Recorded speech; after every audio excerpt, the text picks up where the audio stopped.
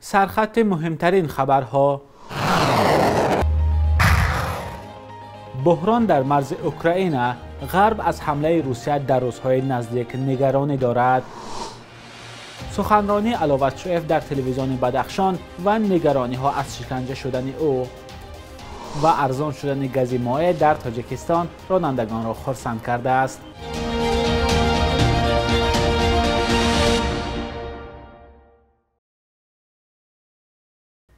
درود بیننده عزیز، هفته نوتان بخیر باشد. خوش آمدید به برنامه نوید بامدادی. چندی از کشورهای دنیا از بیم حمله احتمالی روسیه به اوکراین از شهروندانشان خواستند که اوکراین را ترک سازند. امریکا، بریتانیای کبیر، آلمان از جمله آن کشورهایی هستند که به شهروندانشان توصیه دادند که هر چه زودتر از اوکراین بیرون شوند. خبرگزاری رایترز گزارش داد که کارمندان آمریکایی سازمان امنیت و همکاری اروپا که در دنسک شهر تحت نظارت آشوبگران تحت حمایت روسیه قرار داشتند با ماشین از این شهر بیرون می روند. سازمان مذکور به درخواست درباره شرح این مسئله هنوز پاسخ نداده است. مطبوعات کانادا گزارش داد که کارمندان سفارت این کشور در کیف را به شهر لووو در مرز با لهستان بردند. پیشتر از این تلاش‌های کشورهای غربی که از روسیه می‌خواهند تنش‌ها را فرو نشاند حاصل ناچیزی داده است. جو بایدن رئیس جمهوری آمریکا در صحبت تلفنی با ولادیمیر پوتین رئیس جمهوری روسیه گفته است که تجاوز روسیه به اوکراین باعث رنج گسترده مردم و تنزل جایگاه روسیه در جهان می شود. یک مقام بلندپایه حکومت آمریکا به خبرنگاران گفته است صحبت تلفنی که تقریباً 1 ساعت ادامه کرد هیچ نتیجه مهمی برای کاهش تنش‌ها در مرز اوکراین نداده است. حکومت روسیه پس از صحبت تلفنی خبر داد که ولادیمیر پوتین به جو بایدن گفته است در جواب آمریکا به طلبات اساسی امنیتی روسیه نگرانی‌های مهم امنیتی روسیه به اینابت گرفته نشدند و مسکو به این پاسخ آمریکا به زودی جواب میگوید. مسکو از کشورهای غربی طلب دارد که اوکراین و دیگر کشورهای سابق شوروی را با عضویت ناتو پیمان نظامی اتلانتیک شمالی نپذیرد، فرستادن اسلحه به اوکراین را بس کند و نیروهایش را از اروپای شرقی پس کشد. پس از 1 ماه بازداشت و استرداد امرالدین علوتشویف به تاجیکستان، تلویزیون بدخشان نوار صحبت او را پخش کرد. امرالدین علوتشویف یکی از چهره‌های بانفوذ در بین جوانان ولایت بدخشان در مسکو اول ماه ینور در روسیه ناپدید شد و بعداً مقامات گفتند که او را برای گروگانگیری از آزادی محروم کردن و عملهای دیگر جنایت‌های خصوصیت متشکلانه داشته بازداشت کردند. در نواری که روز 12 فوریه در تلویزیون بدخشان پخش شد، علوتشویف که ظاهراً زیر نظر مقامات صحبت می‌کند میگوید زیر شکنجه قرار ندارد و خودش اختیاراً به وطن برگشته است. در این نوار او همچنین گفت از کرده‌ام سخت پشیمانم، هزاران مراتب توبه کردم و دیگر به جنایت دست نمیزنم.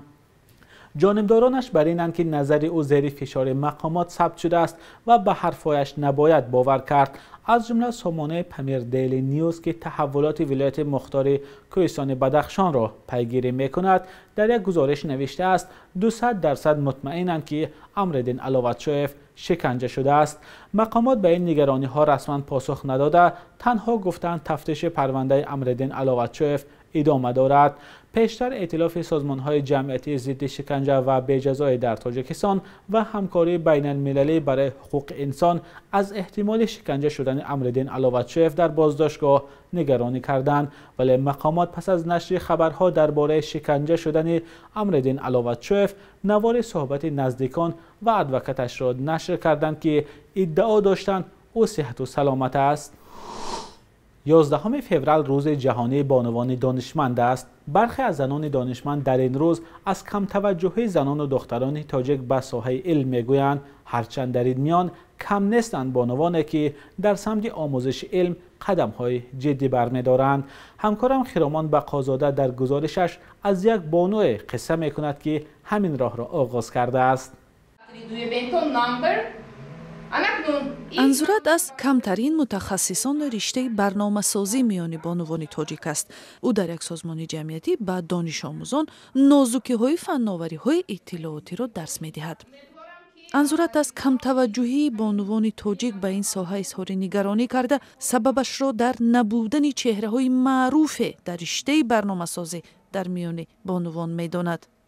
духтарак мебинад ба чӣ тақлид мекунад? Мебинад модараш муаллима аст, мебинад муаллимон занҳо, мебинад дӯзандаҳо занҳо, мебинад пазандаҳо занҳо, яъне дар симои зан онҳо бештар он касбҳоро мебинанд ки онҳоро иҳота карданд ва ягон зан вақте ки намебинад дар ин ё он касб як намуна барои худ, вай фикр мекунад ки ин соҳа барои зан нест, вай барои мардон аст.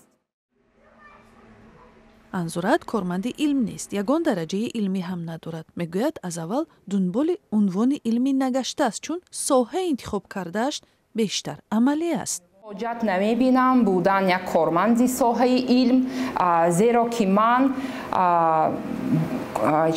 қонеъ ҳастам ки дар кадом сатҳ ман ҳастам ва азбаски ман бисёр барои равнақ додани сатҳи дониши худам кӯшиш мекунам. Барои ман шарт нест ки ман ягон ҳуҷҷат дошта бошам ки дониши манро тасдиқ кунад. Ман донишамро дар кор, дар амал тасдиқ карда метавонам. Шарт нест доштан барои ман як ҳуҷҷат. 11 феврал ҳамчун рӯзи ҷаҳонии бонувони донишманд таҷлил мешавад. нақши бонувону хонумон дар рушди илм дар Тоҷикистон камранг гуфта мешавад. ҳарчанд мақомот ба нақши фаъоли занон дар бахши илм таъкид мекунанд. соҳаи барномасозие ки анзурат кор мекунад ҳанӯз бахше аз академияи илмҳои Тоҷикистон нашудааст.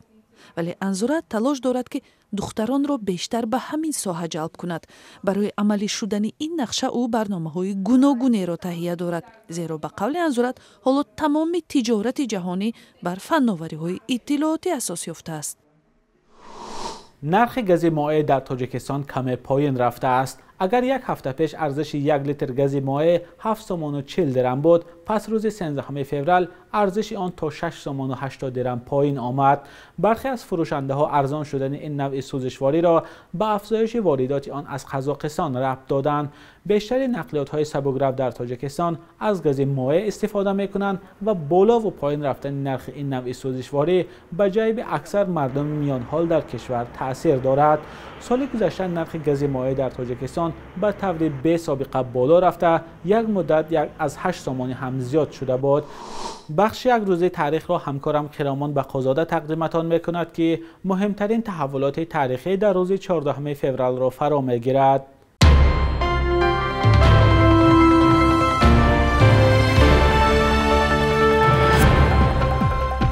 14 феврали соли 2011 дар 83 солагӣ риштаи умри таърихшиноси маъруф академик Нӯмон Неъматов канда шуд. ин муҳаққиқ дар як радиф бо таърихнигорони барҷастаи мисли Бобоҷон Ғафуров ёд мешавад ва яке аз пажӯҳишгарони муҳими аҳди Сомониён ба ҳисоб меравад. яке аз охирин китобҳояш бо номи Хориқаи тоҷикон ё Феномен таҷиков бахшида ба 1110 солагии давлати Сомониён дар соли 1999 нашр шудааст.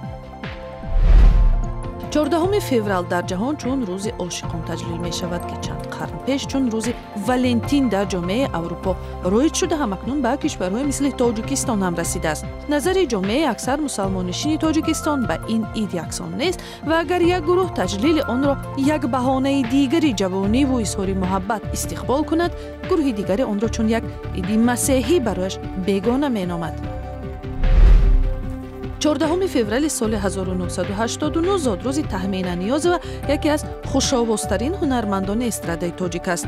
набераи шашмақомхони маъруф Боймуҳаммад Ниёзов соли 2008 барандаи озмуни 5 звёзд интервидение гардид. хатмкардаи донишгоҳи ҳунарҳои замонавии Русия оҳангҳои попро ба забони тоҷикӣ, русӣ, англисӣ ва ҳам шашмақомхониро таҷриба мекунад. قرب روبل روسی در برابر اسعار ملی سامانی نظر به هفته گذشته کمی پایین رفته است. حالا در بانک‌های تاجیکستان 1000 روبل روسی را به 150 سوم و 10 درم عوض می‌کنند. قرب دلار آمریکایی همچنان بی تغییر بوده 100 دلار به 1130 سوم برابر است.